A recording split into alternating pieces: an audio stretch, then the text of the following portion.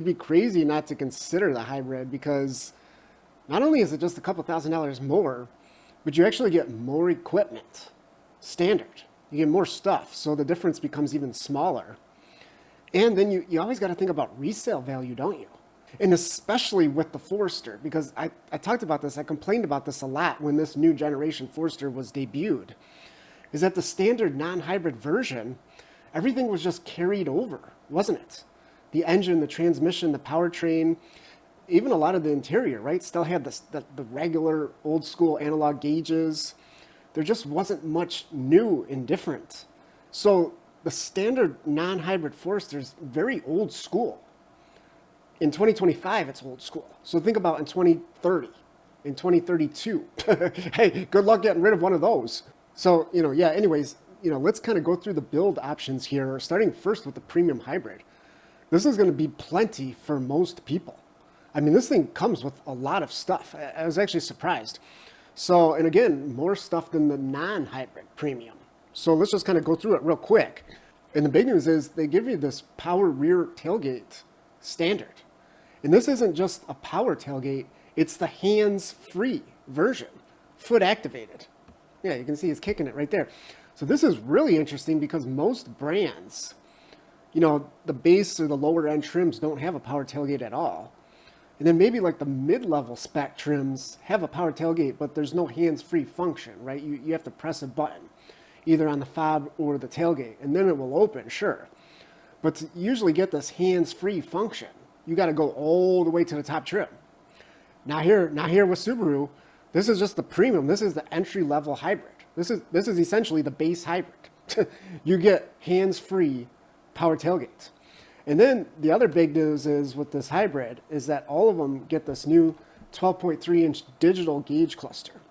Now I know a lot of people say they like analog gauges. I like analog gauges, but this is like a really nice cluster because the graphics on it just looks so great. I've talked about this so many times. Not just how the gauges are well laid out, easy to read like analog gauges, and they have these like really cool concentric circles in them as well. So nice graphical details, but in the background they have like this mountain range with like stars in the night sky above it. It's a really cool thing. And of course, the reason that the hybrids are getting this digital gauge cluster is because you got more info to display with the hybrid, right? I mean, you got regen going on, how much power are you giving out, how much charge does the battery have, etc. So of course that's why. And this is interesting too because they're completely separating this between the hybrid and non-hybrid models. So even on the top touring trim of the non-hybrid, guess what? You can't get a digital gauge cluster. You still get the analog gauges. And of course you get, all the safety stuff. Like everything is pretty much included here, including the blind spot. So this is where, technically you could get the blind spot. You technically could get that hands-free tailgate, power tailgate on the non-hybrid premium, but it's a package, right? You got to pay more. So now all of a sudden that $2,500 difference becomes smaller, right? And then of course you can never get the digital gauge cluster in the non-hybrid. And the other huge benefit to this is the fact that you can actually display like pretty much full screen. You can display the maps. And the reason that's so important here is because this Subaru, the Subaru navigation system, the infotainment screen, this 11.6 inch screen, let's be honest, it sucks. It sucks. I mean, okay, it'll do everything you want it to do. It's got wireless Apple CarPlay, wireless Android Auto, but it's just slow. Especially in 2025, it's one of the slowest, infotainment screens on the market now. And so the reason having that digital gauge cluster that can display maps full screen is so important is then you don't have to use this, right? You don't have to use that for the maps. And that means, basically whenever you need to do other stuff with the screen, like the climate control stuff, it's going to be less laggy, right? So in my book, that's a huge benefit to going with the hybrid, is that you can put the maps on the gauge cluster and not deal with this super slow center screen. Now, another thing that you get on this premium hybrid is you get paddle shifters. You can't see them in this image, but yeah, the paddle shifters behind the wheel. which actually allows you to control the CVT ratio, like the fake gear shifts. And this is really cool because in a lot of hybrids, car companies, they use the paddle shifters to control the regen braking level, right? So, I mean, that'd be nice to be able to do that, but really, then you can't control, what the transmission is doing, right? So, for me, personally, I'd rather have the paddles, right? I mean, you can still drive it, you can still control the engine like a normal car, right? Even though you have this new hybrid tech. So that's really cool. So again, that's where the premium non-hybrid doesn't get paddles at all. Now, all the other trims do get paddles in the non-hybrid. They get an 8-speed, so 8 fake gears. For whatever reason, in the hybrid, they've gone with 6. But yeah, so all hybrids get the paddle shifters. Now, really one of the biggest downsides to just going with this premium trim, this premium hybrid, is, you only get cloth seats, right? So if you're not a fan of cloth seats, you're probably not going to want to go for this model. But still, they look pretty nice. I mean, look, they got different kind of textures. There's like different sections that are different textures. So it's not just like a real basic, cheap looking seat, is it? It actually looks quite nice. And this is the light gray.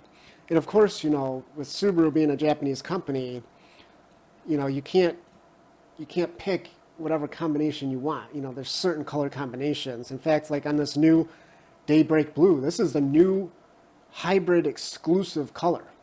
So this is the one color that you cannot get on the non-hybrid Forester. The downside here, the bummer is, yeah, it's only available with the gray interior. You can't get the black. Now, actually, I'm not too disappointed with that. I think that's a good choice because I always think a light gray interior looks fantastic with like a blue or a green or tealish exterior.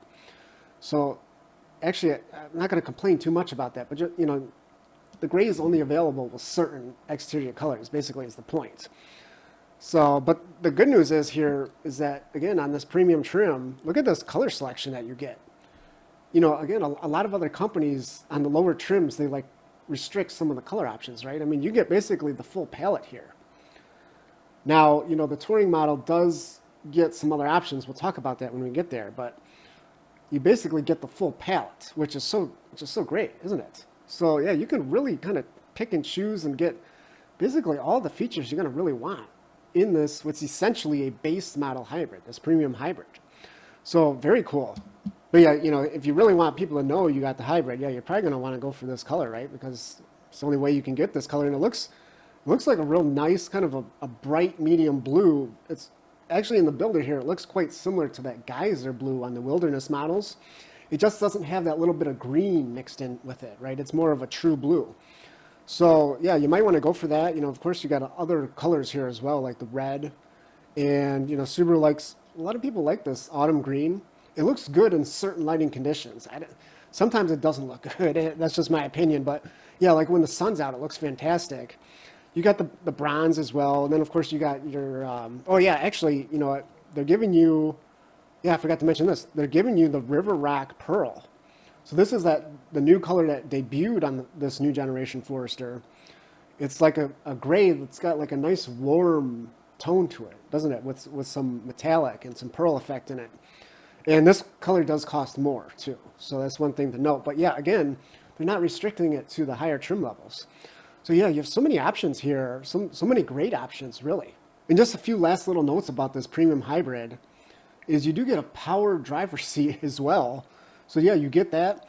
And you get a leather-wrapped steering wheel. Now, you don't get a power passenger seat, but still. Again, for the base model hybrid, very well equipped. Now, let's move on to the Sport Hybrid. Because for only $2,000 more, you do get some nice extras. In fact, this is the trim I'd probably go with. Because I think the exterior looks fantastic with all these bronze accents, especially on like this black. Some of the colors, they look better than others.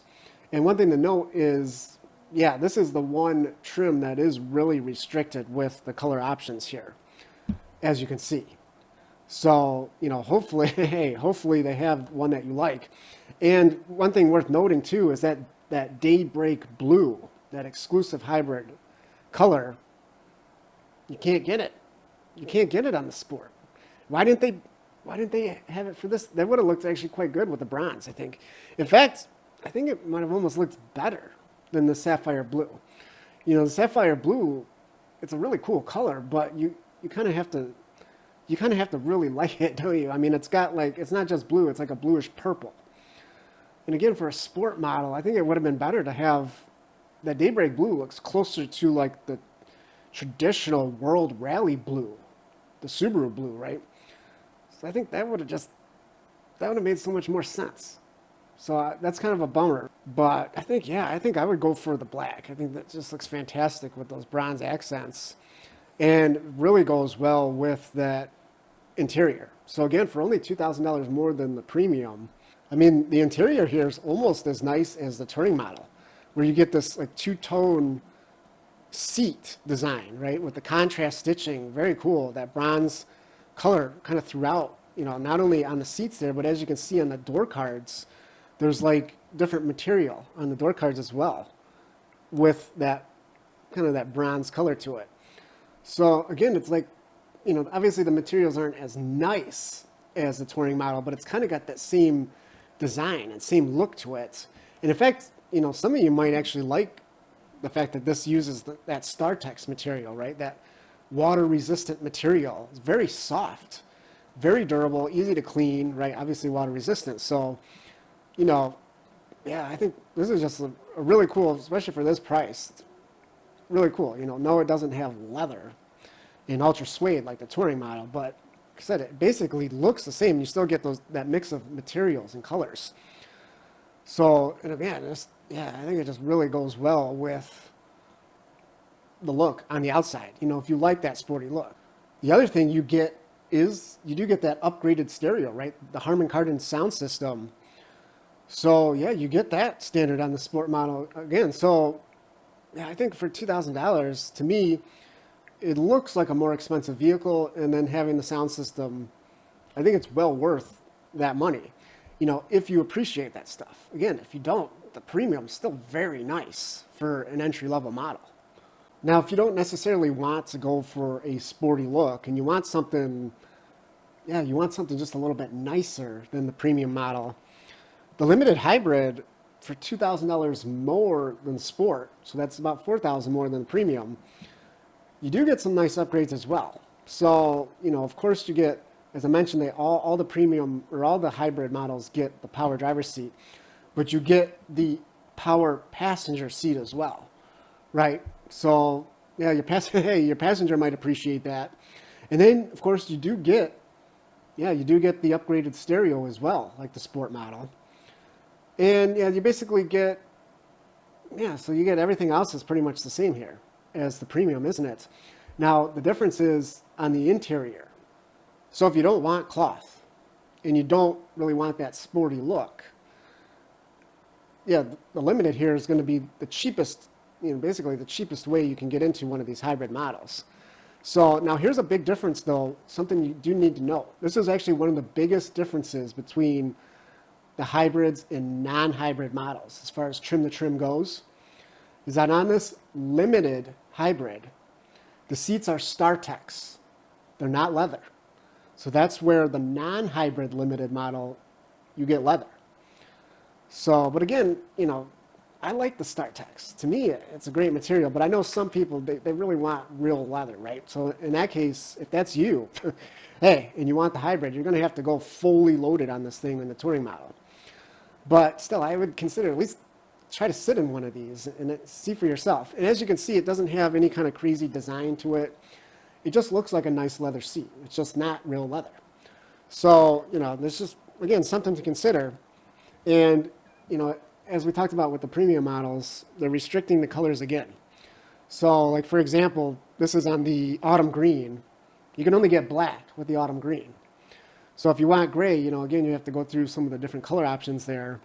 And if you want that new daybreak blue, you know, then again, you can only get gray. So, yeah, there's just some weird restrictions there. But, you know, it is what it is, right? I mean, the Japanese have been doing this successfully for many years. People complain about these options, but then they still end up buying the car, right? And it just saves them money with the production process to kind of streamline that. So, yeah, I mean, it is what it is. Now, if you don't want black or gray, guess what? There is another option, isn't there? On the touring model. Yeah, on the touring model, you can get brown.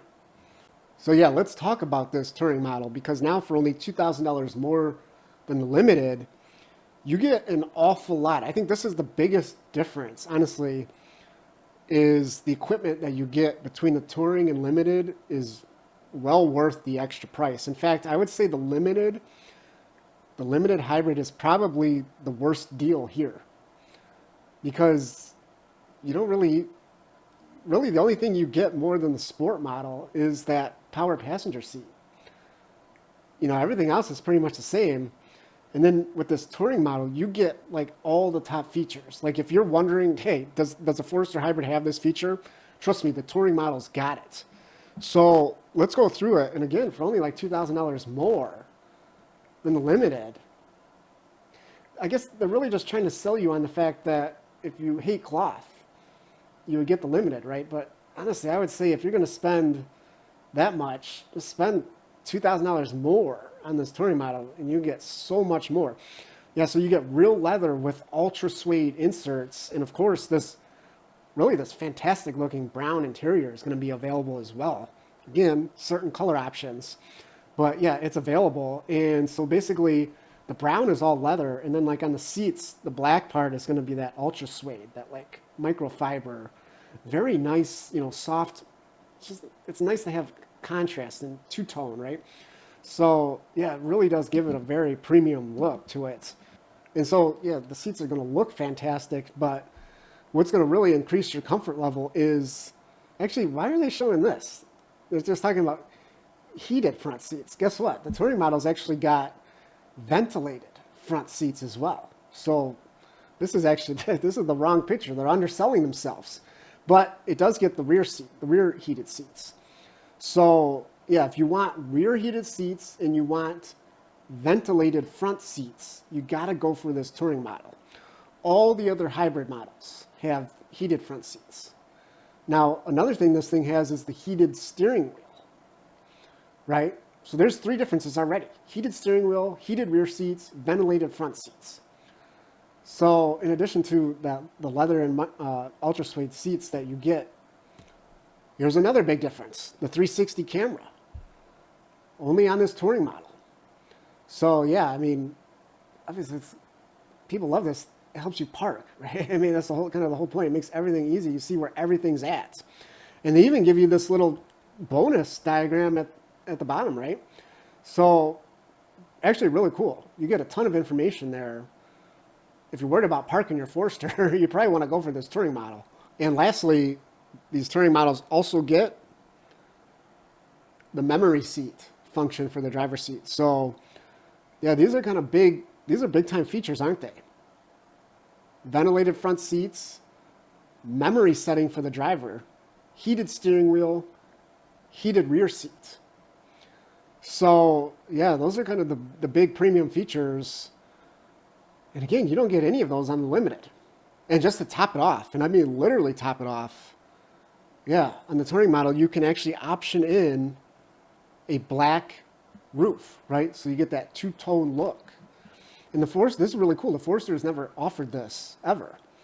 And this is like a new, modern styling trend, isn't it? So yeah, it does kind of make it look, actually, I really like the way it looks. It does kind of make it look a little bit newer, more modern. This design was conservative, wasn't it? Of course, that's what we expect from Subaru, especially with the Forester. This large boxy shape with the large windows. People like that stuff.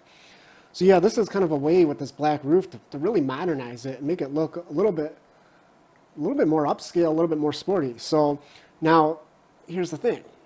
Of course, there's only certain colors that you can actually option in the black roof on. And what makes this so horrible to me is it almost seems like they picked almost all the wrong colors.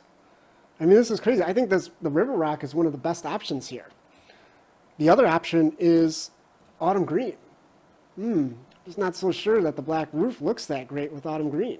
It's got to mesh well with the color it's matched with, right? and they offered on the bronze. Actually, this probably looks pretty good on the bronze. I don't mind that so much.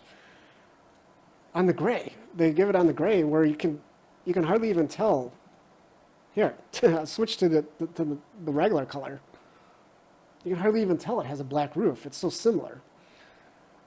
And then all the other colors, you can't option it. It's crazy. Like, how about the new hybrid exclusive color, the signature hybrid color? You can't offer it. You can't option the black roof. I think it would have looked great on the red as well. In fact, I decided to throw this thing in the Photoshop because it's so ridiculous that they wouldn't do this. So this is not available. By the way, I want to be clear about this. This is something I Photoshopped because it's such a bummer. Here's the red. How about we throw on that black roof? Yeah, that would have looked real good, right? Especially red. Red and black is such a good combination. How about the white, right? The white, you're going to have maximum contrast. Yeah, that would have looked good. Too bad. Too bad you can't get that. And then that new blue. Yeah, the signature hybrid color. Why would they not let you go in on the black roof on that? Man, that would have looked great. In fact, that would probably be one of my top choices. Look at that. That looks fantastic.